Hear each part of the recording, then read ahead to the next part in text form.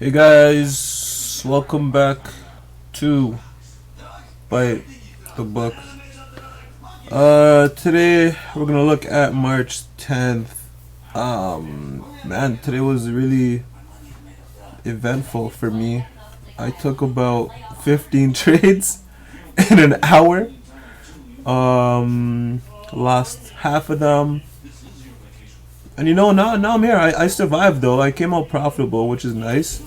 I caught part of this break, but it was a small portion of it. Like I really could have probably held it all the way down here, but I did not. Fortunately, it hit take profit. Fortunately, and I made a solid percentage. But anyway, as always, we'll start from the top and then make our way down the time frames. Just to look at the 4 hour, we see we're kind of consolidating between, how much is it? This is like $142 range, which is pretty good. We'll go down to here. I'm gonna plot up here just for pre-market sake. 666. And then I have the rest of my lines here. So we're gonna go down to the lower time frame and just look at different entry possibilities. So there's kind of a structure over here from the lower time frame. Over here on the hourly, right? We have our resistance turn support over here. And then it's again respected over here. We have resistance over here as well too. Wick into the resistance that becomes support before the push up. And then it also happens again over here, and then over here as well too. And then of course the last high of the day, which we got up here and over here. So we'll go down to our 30-minute and then also talk about just what I'm expecting to as the week progresses. So now in the 30-minute we can see our open, and then also we can see our support a lot more clearly. So on the open, price actually pushed down, right? 9:30, price pushed down, wicked up before continuing to push down. I could tell you I was in buys and sells around this area.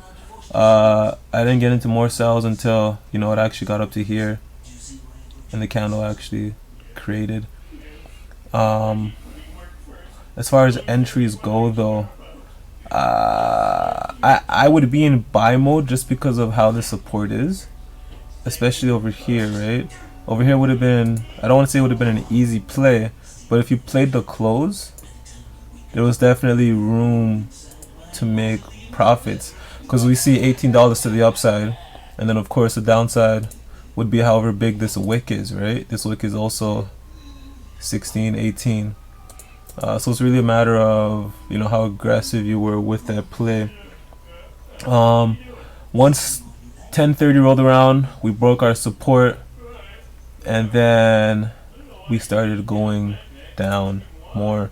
Once the support broke, this was an $80 plus move, but obviously we couldn't create a new low, so we ended up going back up. Right, we touched this area again, this kind of support area that turned resistance, which is now playing support again, as you can see on the 30-minute. So like for me, I'd personally expect a move to the upside, right, and then higher than this. If not up to this level, then at least up to here, right? This is our next piece of structure that we see. And then of course the gap, right, the big ass gap that we had from Sunday, which might be cleared as well too, right? Depending on how well this Trump stimulus plays out. I didn't read too much about it, but excuse me, it involves reducing some sort of tax to make businesses more efficient. 30-minute plays. I don't see too many 30-minute plays. It's probably one over here, all right after the close. It looks pretty easy to me. It comes down 250. You have a $3 stop loss, you're fine. And then this pushes up $12. One thing you need to keep in mind though is that if you're aiming for the full body fill, you might have gotten it. Then again, this was at 4:30, so you probably shouldn't even be trading at that time. Let's move down a time frame, see what's happening on the 15 minute. 15 minute, this looks a lot better. So at open, we pushed down, we waved back up, and then continued down, right? The market's continuously waving. Although we had a consolidation here, this was in the middle of nowhere, right? Came back down, pushed up to where we were consolidating, and then again, just a massive push down. As far as opportunities go, if you look at the structure here, you'll see that price came down, pulled up, down, up.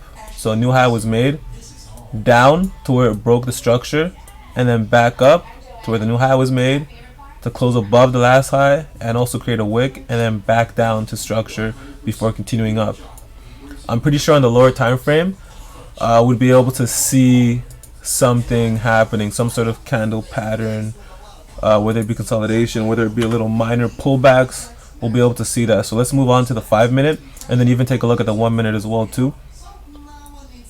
As far as positions go on the 15, I think this would have been a nice position as well too, because as you can see, we had a nice bullish engulfing, which engulfed 1, 2, 3, 4 candles.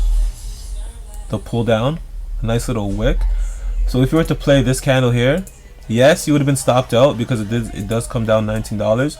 But on the next candle, once the close is happening, whoa, once the close happens, you wait for your position at least down here, right? And then you'd be able to take it back to the top.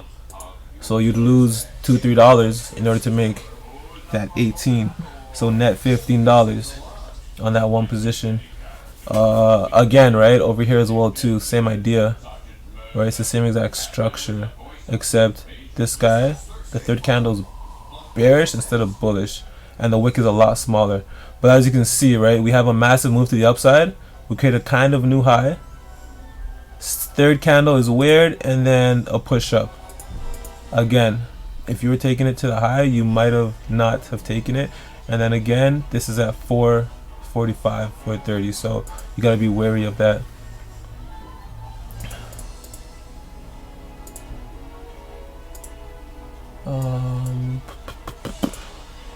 This is probably gonna go up. I feel like it's going up because the support is being respected.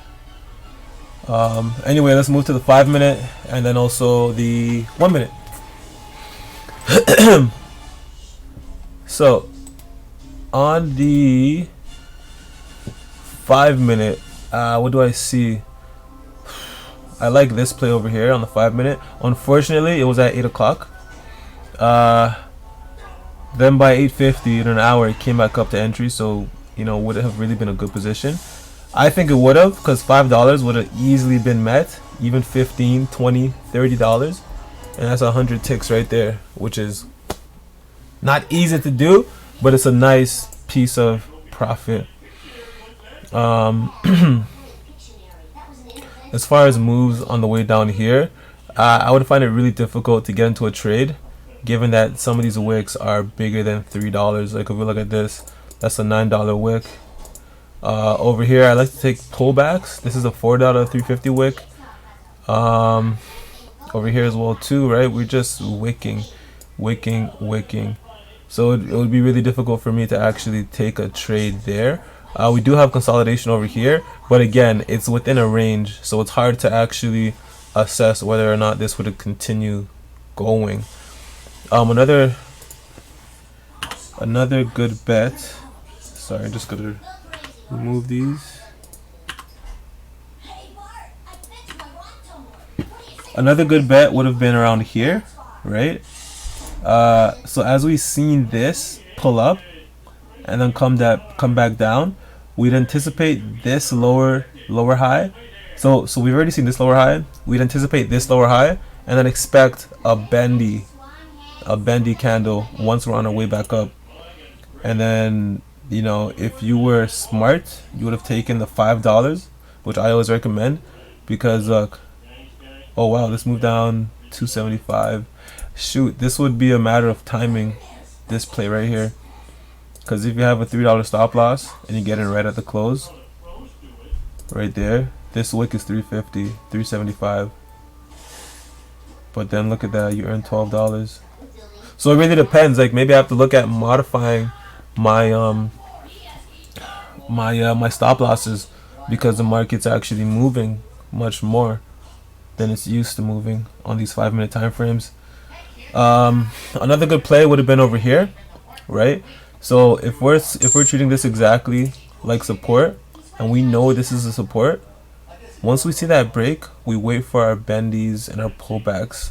So for me, I probably would have been stopped out over here, right? Because price came back to support before pushing down.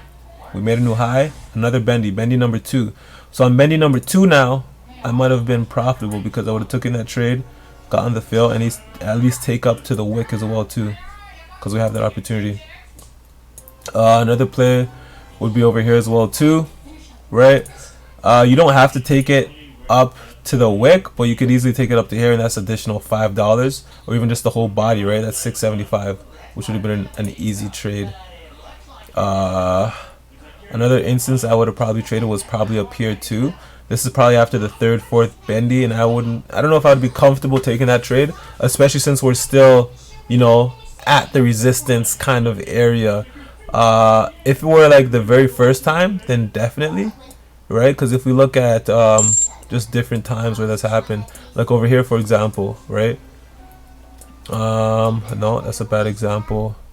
So over here, right, we're kind of near resistance, right? Have our bendy, our first bendy, matter of fact, and then nothing happens. I think that's about it. Like there wasn't much more moves. We could take a look at the 1 minute briefly for just bendies. Personally, I like to take those bendy trades on the 1 minute. They're quick, they're simple, and it's been working lately. So for example, once we had the break to the downside, right, the break of the support area, you'd wait for one candle to bend up, and then as long as that previous candle is bigger than that one candle that bent up, bigger or at least the same, then you should be good for the move down. So for example, if we look at this would have been a bad example, this one would have been bad, this one would have been perfect, right? We have our bear candle, our bull candle, same exact size, and then it pulls down again over here too, right? We have the big candle down, the big bear candle, and the bull candle, and then it pulls down. Over here, bad, it's bullish, it engulfed the last 3 candles, pulled up again. Over here might have been a good opportunity for a buy, but again, if we were anticipating the downside, then just wait for that bend back up, right? That's less than the previous candle's body, and then the continuation down. Over here, you might have been lucky, but you see, this thing moved up $4. So depending on how long you held it, you would have been good. And then over here as well too, same exact idea. I think these type of trades only work on the 1 minute once there's volatility. So for example, when it got down here to the low, you see how price immediately rushed away from it? This would have been a nice trade as well too. So price pushed up, and then you have your bendy right here, price bent and then pushed up again, and you could have easily taken that to the last resistance up here, or even just, you know, back up to the top, right, depending on how you're feeling. This would have been an $8-9 drawdown, so you'd have to be careful. And then once again, price broke this resistance over here. This would have been a bad bearish candle because why? It's bigger than the previous candle, and this would have been perfect. We see this bearish candle and then push up. So it happens, you know, multiple times. But anyway, if you have any questions, concerns, comments, let me know down below. And as always, guys, risk on. See ya.